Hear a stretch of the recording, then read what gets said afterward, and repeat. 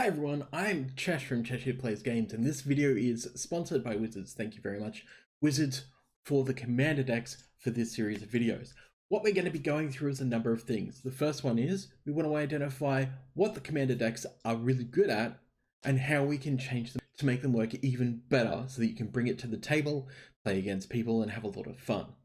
A few caveats here. The first one is that anything like fetch lands can't be done, because fetch lands are quite expensive, not everyone has access to them. So we're going to be trying to build around cards that you should be able to get your LGS pretty easily. So we'll get into that in just a second. We're going to talk about all of the resources that you can use to build your deck as well. First up, some resources. So the first one that you can look at for a good idea is EDHREC. So EDHREC.com is a great tool for you to have a look at other decks that are on the net. This will allow you to go through and have a look at maybe a couple of the commanders from the actual deck itself and get some great ideas on how you want to build the deck, such as this one for the human tribal deck. The other thing that you can do, of course, is have a look on Wizards' own site called Gatherer. From this, you'll actually be able to search up humans, for example. So your search criteria, you can fool around with it a bit and try and figure out what you might be missing from the deck that you perhaps want to have a look at, or what cards actually contain the text that relates around humans. Alright, now that we got that out of the way, and even though these decks out of the box are pretty good, let's go and have a look at what upgrades we can make to them so we can focus them a little bit more around what it seems like the deck wants to do. Let's go to that now. Okay, this is the Timeless Wisdom deck. This is known as a cycling deck. The face commander is Gavi Nest Warden. This is 2 colors, 1 blue, 1 red, and 1 white. For a human shaman 2/5, you may pay 0 rather than pay the cycling cost of the first card you cycle each turn. Whenever you draw your second card each turn, create a 2/2 red and white dinosaur cat creature token. Very strong. Do not have an illusion that this is not a strong card. But this is not who we're going to use as the face commander. We're also not going to be using Akid the Soaring Wind. This is 2 colors, 1 red, 1 blue, and 1 white for a bird dinosaur with flying. This is a 3/4. Whenever you create 1 or more tokens for the first time each turn, create a 1/1 white bird creature token with flying. Now that in itself is pretty cool for any token generation deck to just get a free token out of nowhere, especially when you can make more of those tokens through other effects just like this one. To continue, we've got 3 colors, a blue, a red, and a white.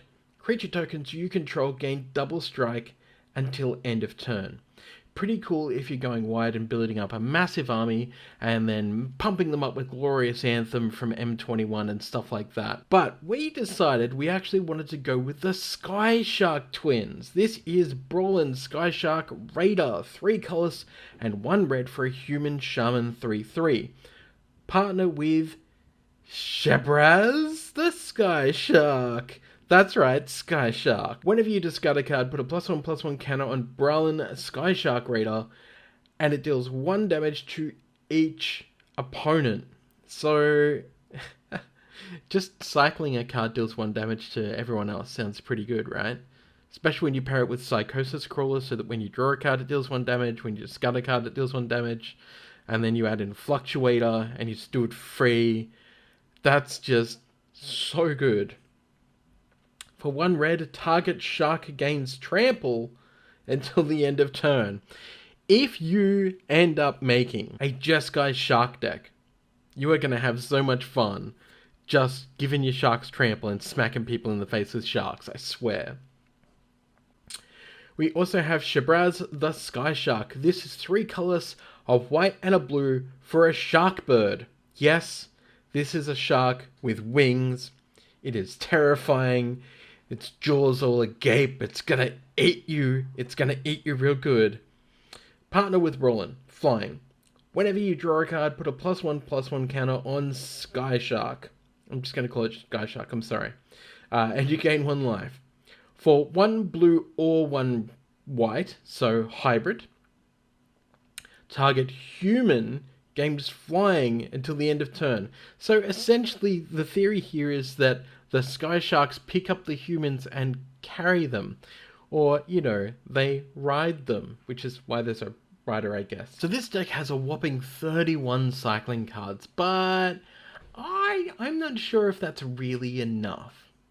This deck is focused around the cycling ability. Discarding and drawing cards has so many payoffs in this deck. So the first thing we're going to do is whittle down some of the cards that kind of don't feel like they go with that theme. I know I've said it before and it's becoming a bit of a meme, but the first card we're going to remove is Temple of the False God.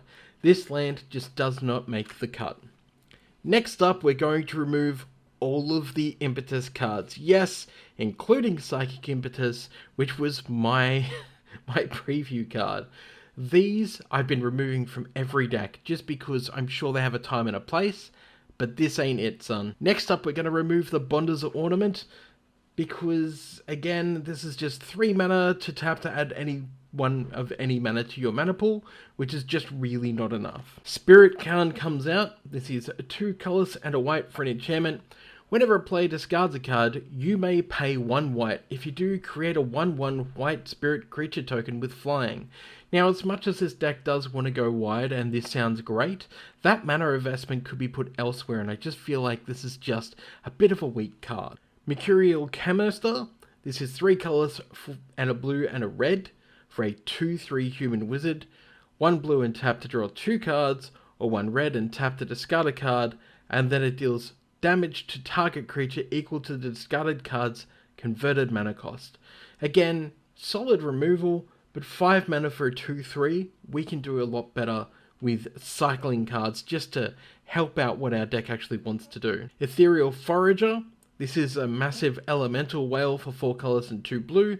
This also has Delve, so each card or exile becomes a point of colorless mana that you can spend on this card by removing it. This is a flyer for 3/3.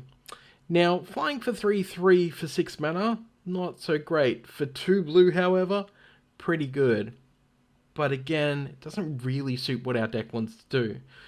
Whenever the Forager attacks, you can return an instant or sorcery card exiled with the Forager to its owner's hand.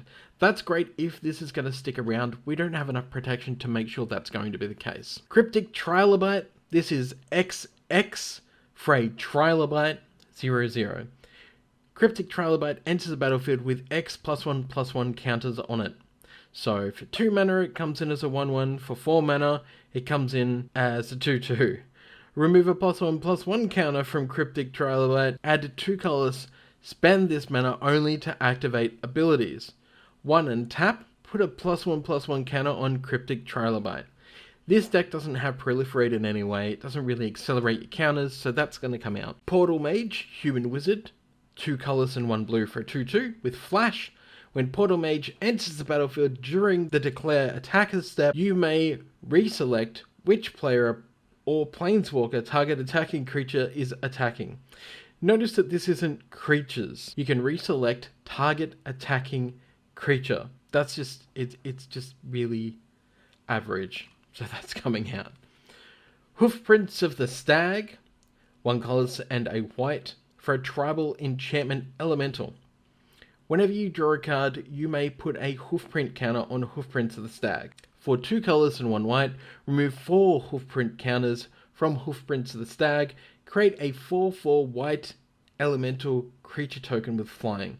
Activate only during your turn. 2 things here. Only during your turn, and having to draw 4 cards to even activate this, and then spending 3 mana is a lot of effort to waste on a card. Yeah, it's kind of sweet. Yes, it's going to generate you a creature or 2 before it gets killed by somebody, but it's just not good enough. Agitator Ant. Isn't this guy just fun? 2 colors and a red for an insect. It's an ant. It is a 2/2. At the beginning of your end step, each player may put 2 +1/+1 counters on a creature they control. Goad each creature that had counters put on it this way. That's a lot of weird words to have to say. Goad is not the focus of our deck at all. So that's why we took the Impetus out, and that's why we're taking the Ant out. It's just, I think we can play stuff that's kind of cooler. Speaking of kinda cool, we've got Asperia Supreme Judge. 2 colors, 2 white, 2 blue for a 6/4. That is a big, mythic, flying Azorius Sphinx. Whenever a creature attacks you or a planeswalker you control, you may draw a card. Now, I'm not a fan of this card in this deck. I love drawing cards, don't get me wrong, but I just feel like in this deck, it doesn't really work the way I want it to. Alright, so what upgrades are we going to make? Well, the first one is Unpredictable Cyclone. This is 3 colors and 2 red for an enchantment. If a cycling ability of another non-land card would cause you to draw a card, instead, exile cards from the top of your library until you exile a card that shares a card type with the cycled card. You may cast that card without paying its mana cost. Then, put the exiled cards that weren't cast in this way on the bottom of your library in a random order, and this also has cycling too. You're never going to cycle this. You want to play this. Yes, it's chaotic. No, you don't know what you're going to get from spinning the wheel, but you know what? Spinning the wheel is just so much more fun. Again, back to the Ikoria Triome Tricycle Land Cycle. We have Rogran Triome. This is an island, mountain, plains, enters battlefield tapped, and what do you know? Has cycling 3. Shark Typhoon. This is 5 colors and a blue for an enchantment. Whenever you cast a non-creature spell, create an XX blue shark creature token with flying, where X is that spell's converted mana cost. Sky Sharks, anyone? Yes, please. You can also cycle this for X, a blue, and a colorless. When you cycle Shark Typhoon, create an XX blue shark creature token with flying, where X was the amount of additional money that you paid. So you can create just one big Sky Shark, or cast this onto the battlefield, or get it onto the battlefield, and start casting non-creature spells, and get those big suckers out there. We have a Shimmer Scale Drake. This is 4 colors and 1 blue for a 3/4 flying Drake. It has cycling 2. We also have Oketra's Attendant, which is flying with cycling 2. With 3 colors and 2 white for a 3/3 is pretty good. 5 mana for a 3/3. This also has Embalm. So for 3 colors and 2 white, we can exile this card from our graveyard and then create a token that's a copy of it, except it's a white zombie bird soldier with no mana cost, and that is just amazing. Speaking of flyers, we also have an Angel of the God-Pharaoh. This is 4 colors and 2 white for a flyer with cycling 2 for a 4/4. Continuing down the cycling road, we have a Glass Dust Hulk. This is 3 colors, a white and a blue for a 3/4 artifact golem. Whenever another artifact enters the battlefield under your control, Glass Dust Hulk gets +1/+1 until the end of turn and can't be blocked. We aren't playing a whole lot of artifacts. That doesn't matter too much to us. What does matter is that this has cycling for a white or a blue, so you can discard this to draw a card. Cheap cycling is good cycling, trust me. We also have Countervailing Winds. This is 2 colors and a blue. Counter target spell unless its controller pays 1 for each card in your graveyard. Imagine that with a cycling deck. What a surprise. And it has cycling too. Another counter spell we have is Complicate. This is 2 colors and a blue. Counter target spell unless its controller pays 3. You can also cycle this for 2 colors and a blue. And when you cycle Complicate, you may counter target spell unless its controller pays 1. So, more expensive for Spike, but you know what? That's okay. We can live with that. That's still kind of cool. We have some removal for artifacts and enchantments. This is Forsake the Wildly. This is an instant for 2 colors and 1 white. Exile target artifact or enchantment with cycling 2. Last but not least, for the cycling focused cards, we have a Lay Claim. This is an expensive aura at 5 colors and 2 blue. However, you can enchant permanent. You control enchanted permanent, cycling 2. So you can steal your opponent's big bad, you can steal their commander to make sure their deck doesn't work. That's pretty cool. We have a Sacred Excavation. This is a sorcery for 3 colors and 1 blue. Return up to 2 target cards with cycling from your graveyard to your hand. Very, very helpful. The fact that it says 2 target cards and up to It doesn't have to be instants and sorceries like some of the other cards in the deck. Idyllic Tutor, this is 2 colors and 1 white for a sorcery. Search your library for an enchantment card, reveal it, put it into your hand, and then shuffle your library. Considering the fact that we're playing cycling and there's some very solid cycling enhancers in our enchantments, this is a great spell to get them.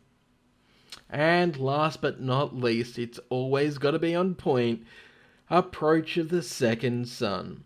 6 colors and 1 white for a sorcery. If Approach of the Second Sun was cast from your hand, and you've cast another spell named Approach of the Second Sun this game, you win. That's it, you just win. Otherwise, put Approach of the Second Sun into its owner's library, 7th from the top, and you gain 7 life. Now, when you can Fluctuator, and then make your cycling free for the most part, and then you have 14 mana, you can literally win on the same turn with this, because you cast this, you cycle for free your entire hand, you draw back into your approach again, and you just replay it and win the game. Can be done. I've done it. At a GP no less, or a Magic Fest as the kids now call it. And that is this deck tech. And I hope that you go and try the cycling deck, even without the upgrades, just to get a feel for it, because this deck is super sweet. Cycling is one of my most favorite decks. And there you have it. The deck is upgraded. It's ready to go, to be brought to the table and smash some face. Thank you very much, Wizards, for sponsoring this content, and I hope that you all enjoyed it. Please like, comment, subscribe. Don't forget to catch us every Sunday for Command of the Distancing, usually around 11 AM Australian Eastern Standard Time, where we have some great international guests coming up as well. Don't forget to check out my writing at PUREMTGO.com, where I do some freelance articles on Commander and sometimes on Brawl and Standard.